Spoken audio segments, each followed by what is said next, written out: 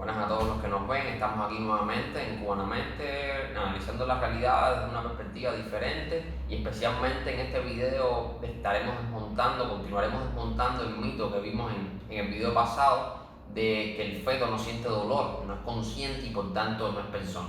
En el video pasado, como pueden recordar, analizamos el asunto, es decir, primeramente dimos una introducción al argumento, a la filosofía ética en que se desarrolla. Es importante que recordemos esto. Vimos que Peter Singer, filósofo de la Universidad de Princeton, asesor del presidente de los Estados Unidos, Barack Obama, en asuntos bioéticos, vimos cómo él articula este argumento, los conceptos, las redefiniciones que realiza y demás.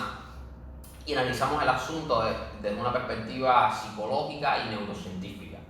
Vimos que la maduración de la corteza cerebral no es necesaria para que el feto sienta dolor, de que hay evidencia sólida de que el feto sí siente dolor después de la semana 20 y que aún también hay evidencia de que el feto siente dolor en el primer trimestre de embarazo.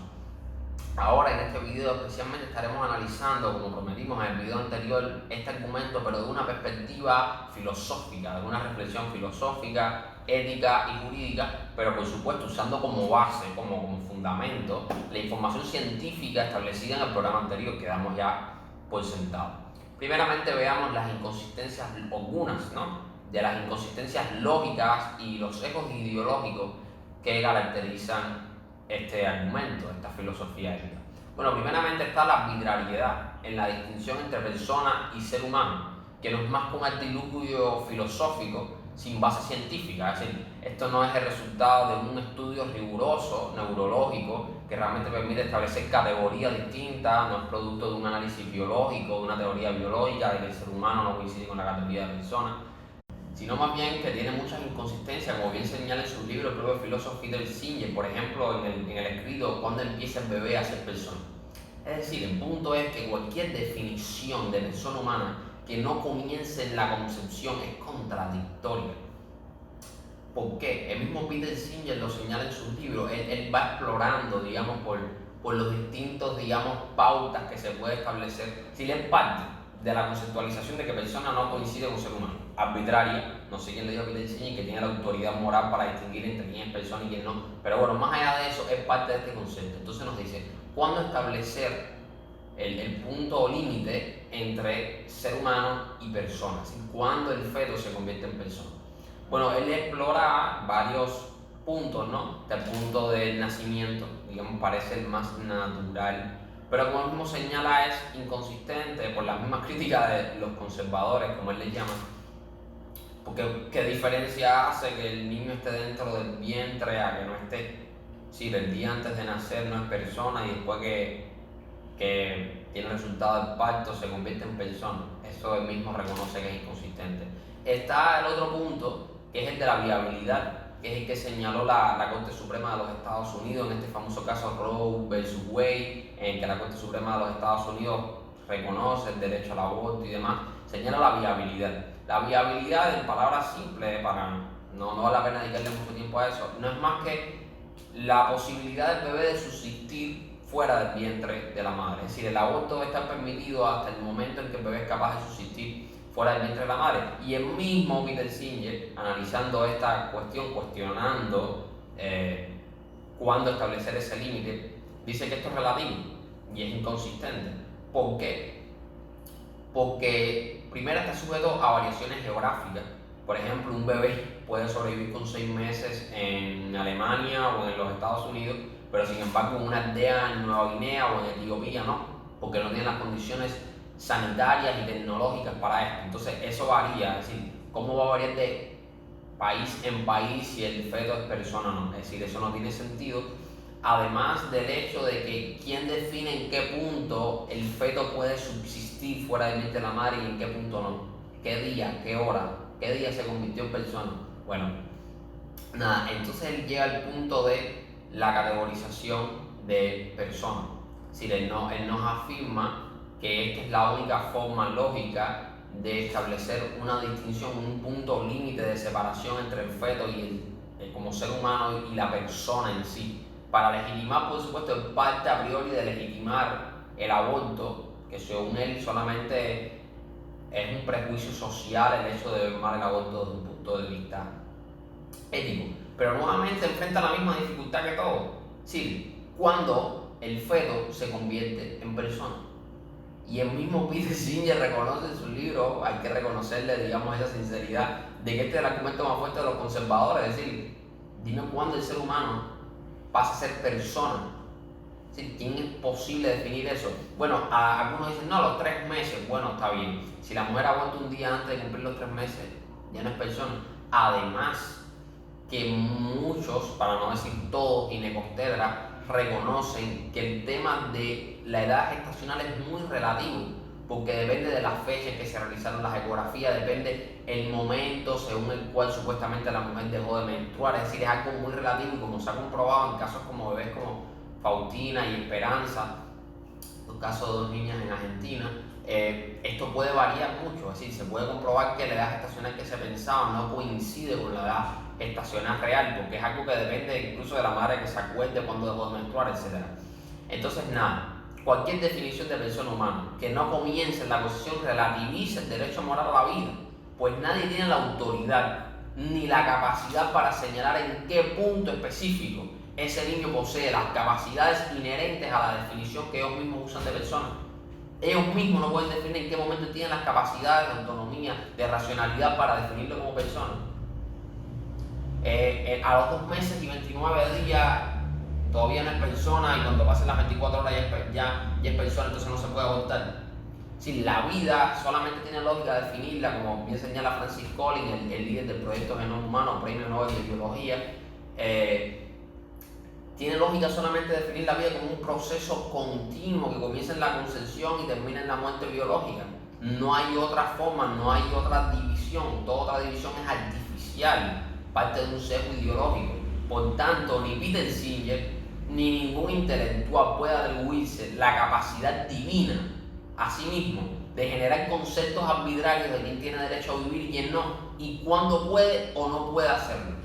Esto es aberrante y es muy peligroso, es una soberbia filosófica tremenda, con arraigo, digamos, fascista, aunque sinceramente no creo que Peter Singer lo haga con esa intención, pero es la realidad, es decir, quién eres tú para definir quién es persona o no, y más con todas las inconsistencias que tiene. Bueno, otra de las inconsistencias lógicas y sesgos ideológicos en esta filosofía ética es la contradicción con su propia filosofía utilitarista, al no tener en cuenta el interés, el placer y el bienestar del feto en su ecuación ética al despersonalizar.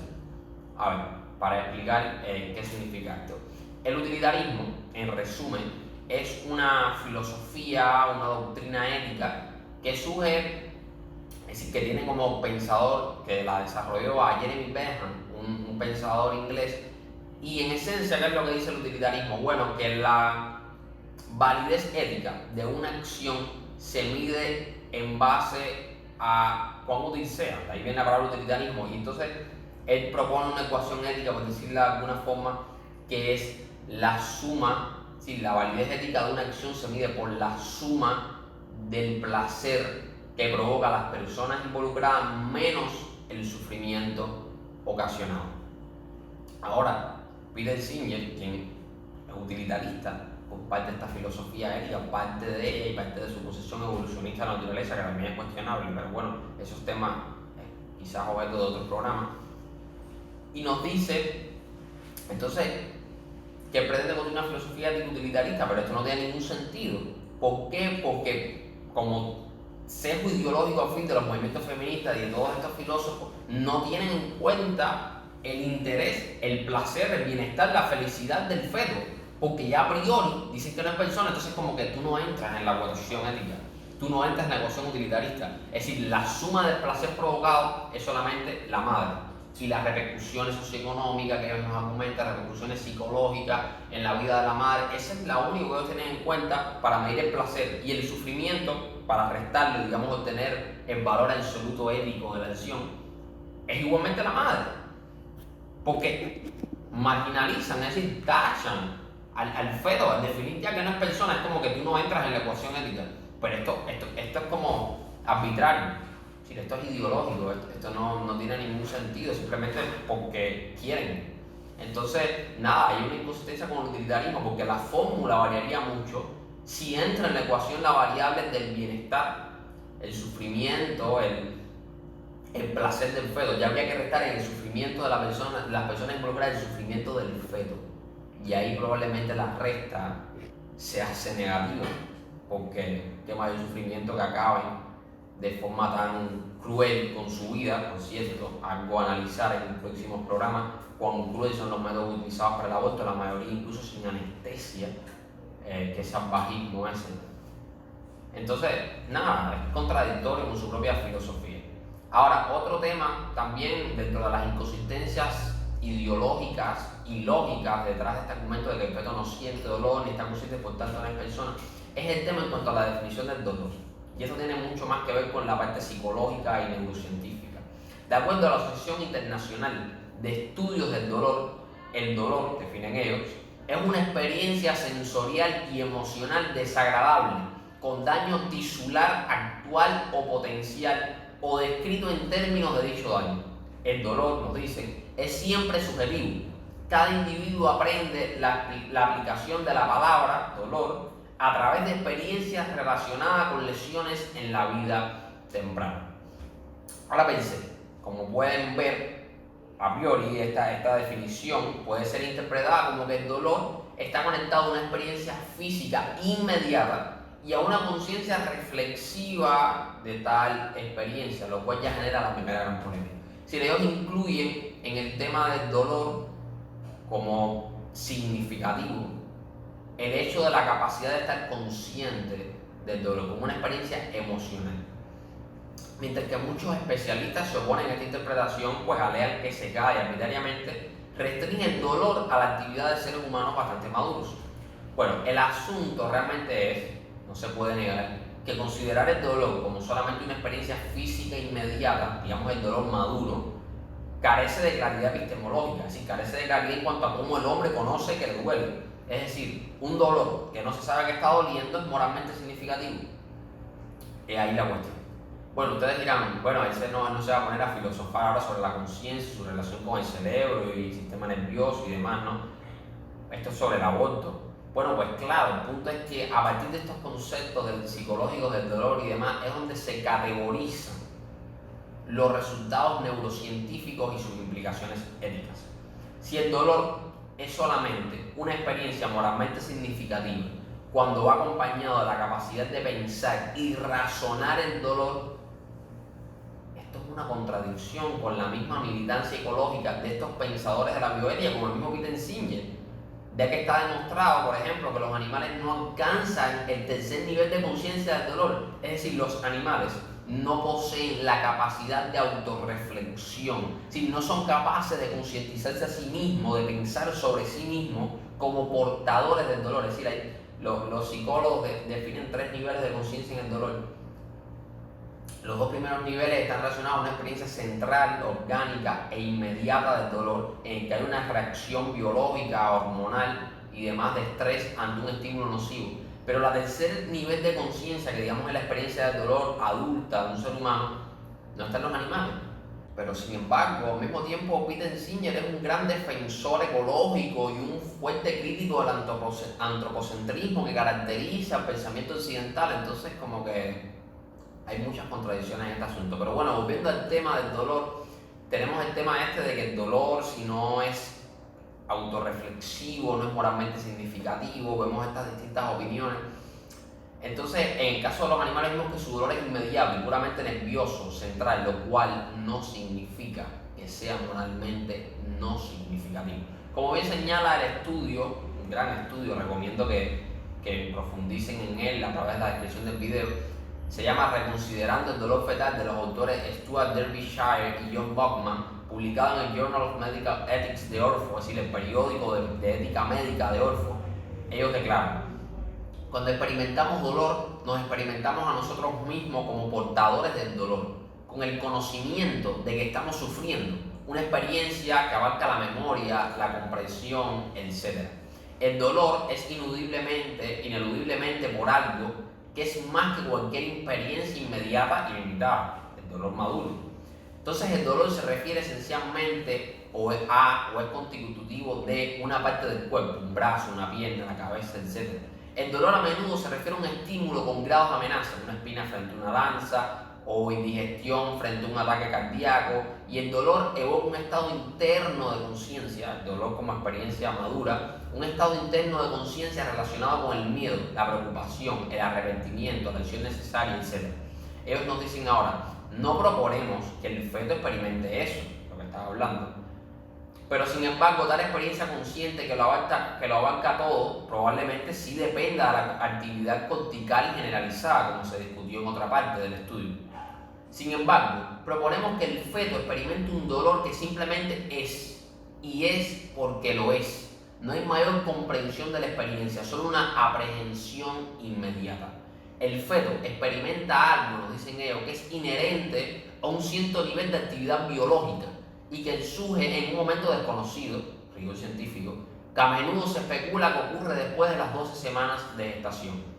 Nuestra posición, la posición de estos autores, es bastante similar a la de otros que han argumentado que los animales pueden no sentir dolor en absoluto o sentir algo que es directo, inmediato, corporal y no está conectado a ningún reflejo, de modo que el animal podría considerar la sensación como desagradable o de hecho considerar la sensación misma como cualquier cosa. Se puede argumentar, dicen ellos, como Peter Singer lo hace, se puede argumentar que tal dolor carece de relevancia moral, pero vemos esa posición con cierta sospecha. Podemos dudar de que el feto o un animal sienta alguna vez algo parecido al dolor, pero actuar como si tuviéramos certeza científica de esto coquetea con una imprudencia moral que estamos motivados a evitar por todos los medios. Ellos ahora declaran de forma categórica: consideramos la posibilidad de que la mera experiencia del dolor, sin la capacidad de autorreflexión, sea moralmente significativa. Creemos que el dolor fetal no tiene que ser equivalente a una experiencia humana adulta madura para tener importancia moral, por lo que el dolor fetal podría considerarse como parte de un enfoque humano para el aborto. Nada, resumiendo la conclusión del estudio de estos expertos, esta distinción entre la significación moral del dolor fetal responde a un interés ideológico y no es el resultado de una certeza científica. Por tanto, es una imprudencia moral arbitraria decir que el dolor, sin la capacidad de pensar sobre nuestro dolor, no es significativo desde el punto de vista ético. Si estamos haciendo una afirmación categórica de proporciones incalculadas, si las proporciones son los millones de niños que mueren al año por aborto, sobre un tema que no hay certeza científica, si estamos afirmando a priori de que el feto, su sufrimiento biológico que sí está demostrado, no contiene un valor moral significativo. Ante la duda, tomamos lo más contrario a la protección de la vida humana.